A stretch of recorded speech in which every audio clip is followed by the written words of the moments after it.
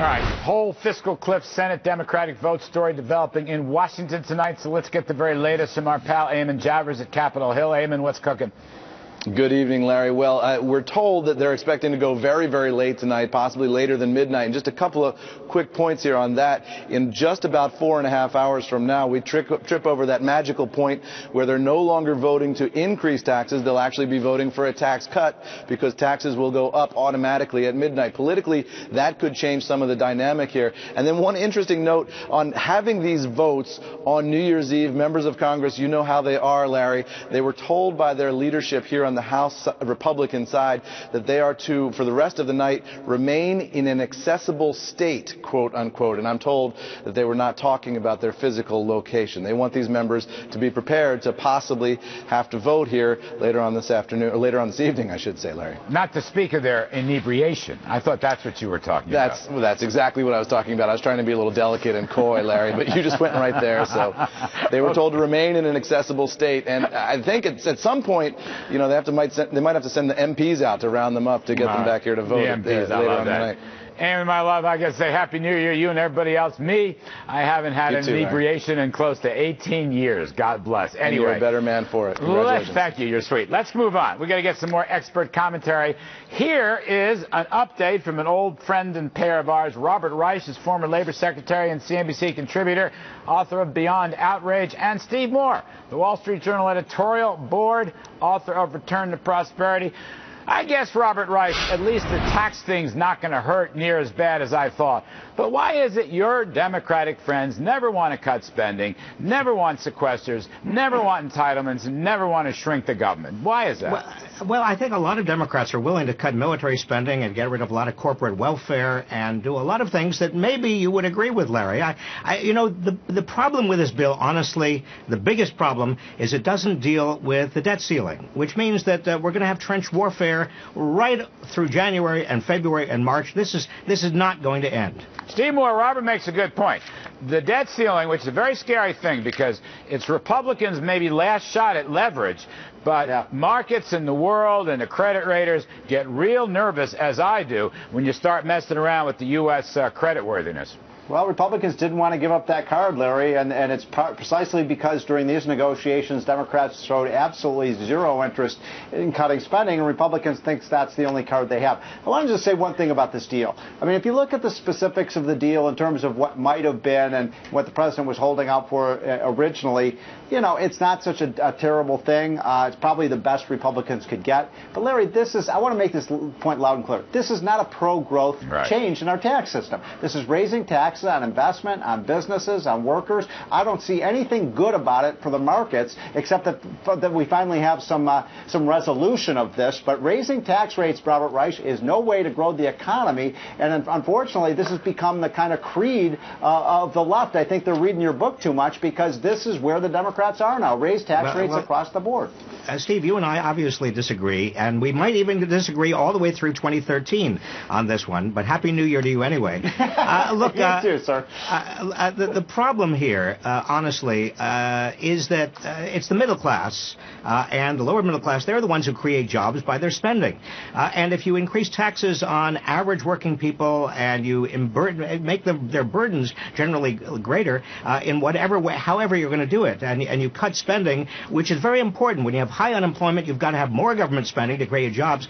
This is going to be a huge burden on them. But so I've never understood. Bob Rice, my friend, you're a good man. You know that, and I respect you. But I don't look. You're raising tax rate. It could have been worse. Steve Moore is a whole lot right. It could have been worse. But you're raising tax rates in this kind of bill, and more coming next year, according to the president's news conference today. You're jacking up tax rates on those most likely to invest in businesses and the economy and machinery and jobs. Why would you want to tax those who are most likely to invest? I don't get it. Well, I'll tell you why, Larry, because there's something called the budget deficit. And you and I and Steve might not think it's a huge deal, and it's certainly not a huge deal right now, but it is going to be a huge deal, and somebody has got to fork over some money to deal with it, and also we've got to cut some spending and cut some public services. And the question is, on whom is that the burden of that going to fall? Is it going to fall on people who are very wealthy, or is it going to fall on the middle class? And here is where the nubbins of where you and Steve and I part ways, because it seems to me that right now very wealthy people and big corporations are sitting on a lot of money. The problem is that they don't have the customers. They don't have the incentive to actually invest that. Let me ask you this question. I'll give you the last word, Steve Moore. Let me ask you this Well, don't give him the last word. That means he gets the last word of 2012. The entire year, he gets the last word. Something for you to ponder in 2013. What's the next act for liberal Democrats like you? I mean, you're going to get your pound of flesh out of rich people, but Larry, it's only going to raise at the best $50 billion. Robert Rice, that still leaves you with $1 trillion deficit. If we don't get serious about the spending side, then you're going to have to go after the middle class. And Larry, the president said as much today. He did. This is only the start of the tax But I want to get this is the last word. Healthcare costs. We've got to deal with healthcare. We just passed Obamacare. Obamacare. You look at Grover Norquist's website. You look at every other website. All the taxes and that. Obamacare is going to raise taxes another $1 trillion in the next 10 years. Healthcare is already up to 18% of our GDP, and we can't regardless of higher Obamacare. because of Obamacare. All right, Obamacare. Not more at all. tax. Happy New Year, gentlemen. you tax Happy New increase Year. Robert Happy Rice, New Year, everyone. Steve Moore, good to see both of you. Thanks a million for helping us. Let's get back to the markets. Rejoining us now is London-based CNBC's Kelly Evans. She is the host of Worldwide Exchange. And let's bring in another brilliant investment voice. Lee Munson is the Chief Investment Officer of Portfolio LLC. He is the author of Rigged Money. I don't know. This may be a rigged deal, but Lee Munson, can I just assume that somehow we have to look past the cliff? The tax thing is going to be okay, all right? Not to my liking, but not as bad as I feared. And there won't be any spending cuts. There never are. Now, look, can I just put that aside? Thought experiment. Forget the cliff. Just tell me what to do in the market for 2013. Forget the cliff. Give me market wisdom. Okay, well, Larry, I know that you've always said the only thing you've ever held over the past 10 years are spiders or the S&P 500. That served you very well. You've made over 13% on that position this year. I'd say going into next year, number one, go with small cap, because if we are going to have any type of growth in this economy, which I hope that we have some, I think the small cap indexes in America, forget value, forget growth, stay with that. That's where the momentum is. If you want the contrarian underdog, go and invest in some emerging markets. And the place, Larry, that I need investors, if you're retired or close to it, avoid all these high dividend paying stocks because it's a crowded trade. There's way too much money. Stick with small cap, stick with the S&P 500. Don't get crazy. All right, I'm in the S&P 500. I've always been the S&P. He's more optimistic than you are, Kel. Well, I think the question is long-term versus short-term, and I just, Lee, want to sort of circle back on this point and talk about the first quarter a little bit. So we've seen stocks responding well to the concept that there will be some sort of deal on the fiscal cliff. It looks like that's still happening, but we haven't gotten over to the debt ceiling issue yet. And the more that I hear, Larry, on your show, on others throughout the day, the more I feel like this is going to be the site of another huge battle. And Lee, I wonder if you want exposure to the S&P, for example, between now and then. Well, I do want exposure, and I'll tell you something. The biggest indicator that we can look at collectively, here and bring out to the viewers is look at the 10-year Treasury, look at the bond markets. If investors and sort of the global markets were that concerned about a debt ceiling, we wouldn't see rates this low. So I think you've got to follow where trillions of dollars are in. But Lee, that's not exactly true, because what we're actually seeing are Treasury yields falling as a barometer of people getting more concerned about the debt ceiling. Because what we learned the last time around is it's not necessarily about a backup in yields because the government isn't going to pay. It's more about yields declining as people get concerned again about growth prospects. That seems like the most likely thing that could happen again here. Can I just insert one newly emerging country no one mentions? All right, give Kudlow the last word on this. Japan.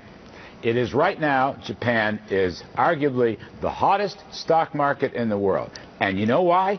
They are properly devaluing their excessive currency, the yen, and pouring in money and raising their inflation to get out of deflation. Are you calling for fiscal and monetary stimulus? That's what Japan is doing. Larry, who said that on your show 6 months ago and everybody yelled at me? I absolutely think the new Japanese government is right. They need monetary stimulus. Their fiscal spending is all wrong. They should be lowering supply-side tax cuts. But on the yen, dropping the yen, right. right. Exports, imports, this is exactly what they should do. 14 trillion yen fiscal stimulus I know. package is potentially coming. That's why the market is responding. It probably hurt more. I think that falling Japanese yen is so important. I'm just going to make this. What do I know? I'm just going to tell you that Japan is the most underrated story, I'm saying whatever you're the right, reason. but for the same whatever reasons, you the should reason. be calling for fiscal and monetary stimulus in the U.S. Yeah, fiscal stimulus to me means low marginal tax rates, not Keynesian spending. But thank you to Kelly Evans and thank you to Lee Munson. Now, let's get a look at how things look from the Republican side. Oh, my goodness. We welcome back Congresswoman Nan Hayworth. She is about to join us, I guess, right after the break. I'm Larry Kudlow. Stay with us in Japan.